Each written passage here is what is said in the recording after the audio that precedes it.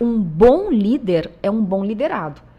Eu me considero uma boa líder, logo eu sou uma excelente liderada. Eu respeito muito o lugar do líder, porque eu também sou líder. Então, quando já não tem mais troca, porque você entende que de alguma forma você ultrapassou tanto de competência técnica quanto comportamental, aquela tua expectativa, ela foi frustrada porque, sei lá, você ultrapassou, aí é problema.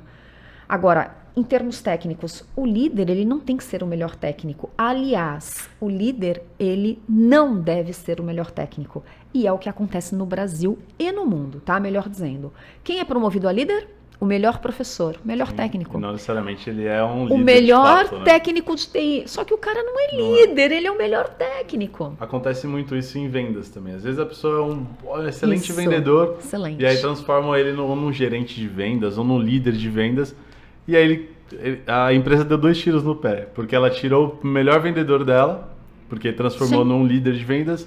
E não é um bom líder. Não necessariamente ele vai ser um bom líder. Sim. Então é um tiro no pé 2 vezes. Eu vi muito isso em faculdade. Eu coordenei muitos cursos superiores ao longo da minha trajetória aí. Então, eles promoviam os melhores professores para coordenador de curso, diretor. Só que assim, gente, a vitrine é outra, né?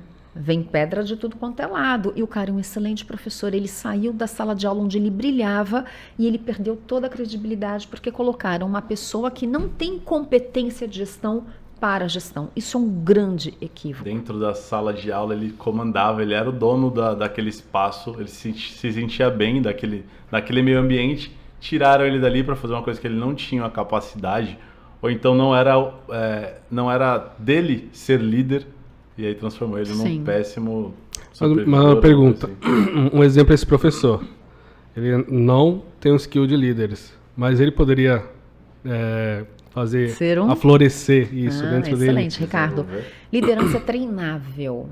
Então, existem algumas teorias. Uma delas é o líder nasce líder.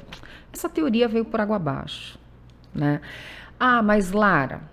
Hoje eu sou líder e quando criança eu que tomava conta da bola, então se eu tô com a bola não tem jogo ou tem jogo, eu que dominava a criançada lá na rua, tal. Ok, você tem traços de liderança, mas assim, eles não se sustentam, eles não são garantidores, ok?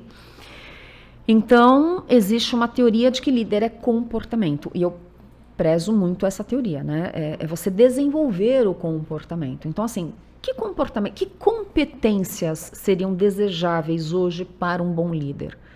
Uma escuta, ele tem que ter uma escuta, a gente chama isso de escuta ativa, bom ouvinte. É falar menos e ouvir mais, ser um excelente observador. Então, se você fala menos, logo você ouve mais e você observa mais. Tanto que eu falei para vocês do livro, existe um livro muito bacana que se chama O Poder dos Quietos, porque a autora era super tímida, e ela não se via, ou ela pretendia cargos de liderança. Eu não sei direito da história, mas eu vi uma palestra do TED dela e ela dizendo que os tímidos são excelentes líderes porque falam menos e observam mais. Empatia. Aí vocês vão falar, papo de RH, empatia. Empatia é você ver o mundo da forma como o outro vê, para entender, ainda que você não concorde. Então, não é que a pessoa empática concorda com o erro do outro, por exemplo. Não. Mas assim, vamos lá. A gente falou aqui de um comportamento do David. Para algumas coisas funciona super, para outras ele se questiona. Aí, liderados do David, o que a gente tem que se perguntar? Eu uso muito essa frase nos meus cursos. O que faz com que... Eu não vou perguntar, por que o David fez isso? Ele vai responder, porque eu quis. Fica à vontade. Por quê? Fiz a leitura. É isso?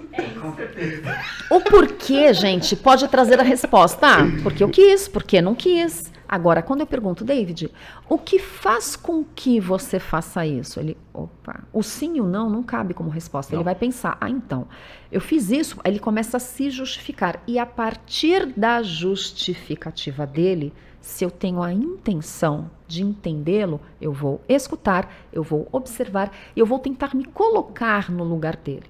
E falar assim, olha, eu entendo, David, porém eu não concordo. Esse é o meu ponto de vista. Mas eu entendo que você fale assim, porque o seu pai, porque sua mãe, porque existe Os nossos comportamentos, eles são frutos da nossa biologia e do nosso ambiente e da nossa biologia. Então, existe é uma narrativa, não é uma justificativa, mas existe uma narrativa. E a gente precisa entender isso.